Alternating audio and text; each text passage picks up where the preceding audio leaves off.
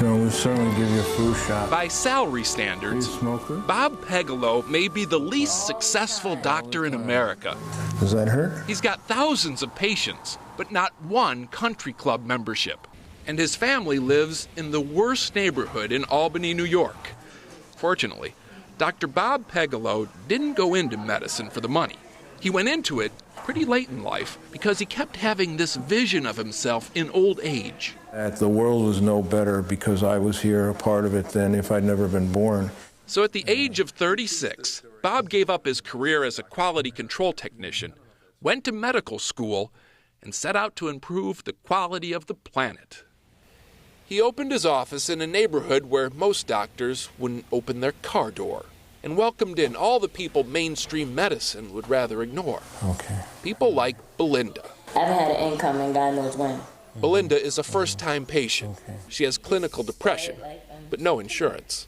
I can, in good conscience, sit in front of a patient and say, okay, you need this, and I can't help you get out of here. I'm not going to let that happen. My people are going to have what they need to the best of my ability. We got to get you out from under this depression. In this case, that means visits with a counselor at Dr. Bob's expense. Okay. In other cases, it means giving his patients not only a prescription, Second, I'm going to go and get it, all right? Okay. but a check to pay for it. In the amount of $14.99. Not to mention all the non-medical care he provides. Happy birthday!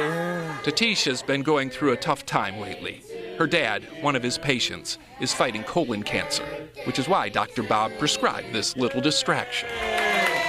And he does this kind of thing all the time. One time I was in a bind and I wasn't able to purchase Christmas for my son, and he purchased Christmas for my son. New coat, new gloves, a racetrack.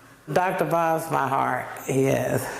Every penny he makes goes back to his patients in one way or another. The best doctor in the world. He takes absolutely no salary. Does that make him the least successful doctor in America? You're beautiful! Or does it make him the most?